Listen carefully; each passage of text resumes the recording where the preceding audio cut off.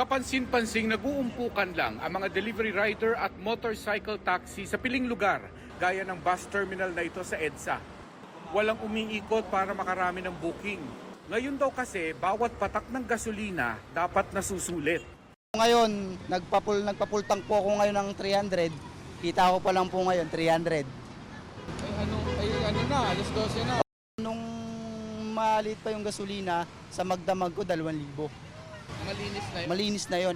Dati pag nagpapakarga ako rito ng 2 litro, 120, yung 2 litro ko sir, pumapalo yun ng 1,000 to 1,100. Bago ulit ako magpakarga ulit ng 120.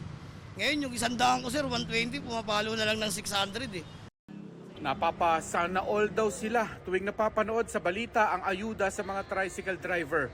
Pero kung bibigyan nila kami, siguro sa 100%, 40% na tulong na rin yun sir. Medyo malaki-laki na rin sa amin yun.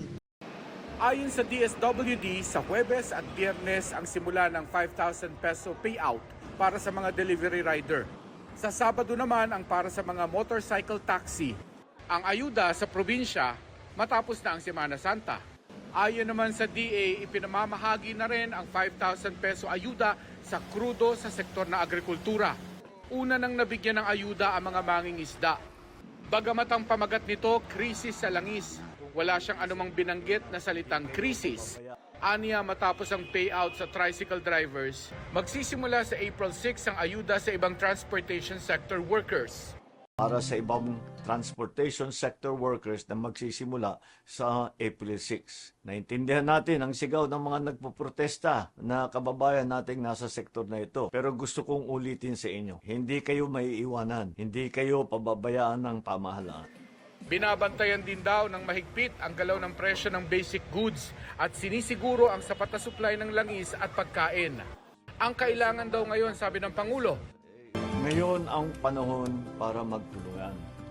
Ngayon ang panahon para maipakita natin sa buong mundo ang katangian ng bayanihan na nasa puso ng bawat Pilipino. pero ang punto ng Ibon Foundation, higit pa sa aksyon ngayon ng gobyerno ang kailangan sa problemang baka tumagal pa. Huwag natin ikatuwa na yung ayuda na binibigay ng gobyerno, hindi para sa lahat na nangangailangan, hindi sapat para sa pangangailangan. Para sa panandalian lamang, mga one time lang, parang hindi naman yata isang linggo lamang itong krisis. Walang duda, aabot na ng katapusan ng taon, malamang kay hindi, aapaw pa to into 2027. Ang pangamba rin ni Senador Win Gatchalian, aabot nga sa oil crisis ang sitwasyon, kaya madaliin daw sana ng gobyerno ang pagtugon. Papunta na tayo doon. Halos 3 linggo na itong krisis na ito o yung pagtaas ng presyo ng langis at magkakaroon kasi itong tinatawag nating second round effects or spillover effects sa pagkain, sa sweldo, sa minimum wage at kailangan i-monitor natin mabuti yung sitwasyon.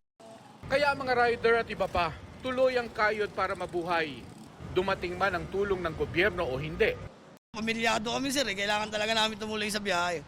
Laban lang. Para sa GMA Integrated News, Mark Salazar, nakatutok 24 oras.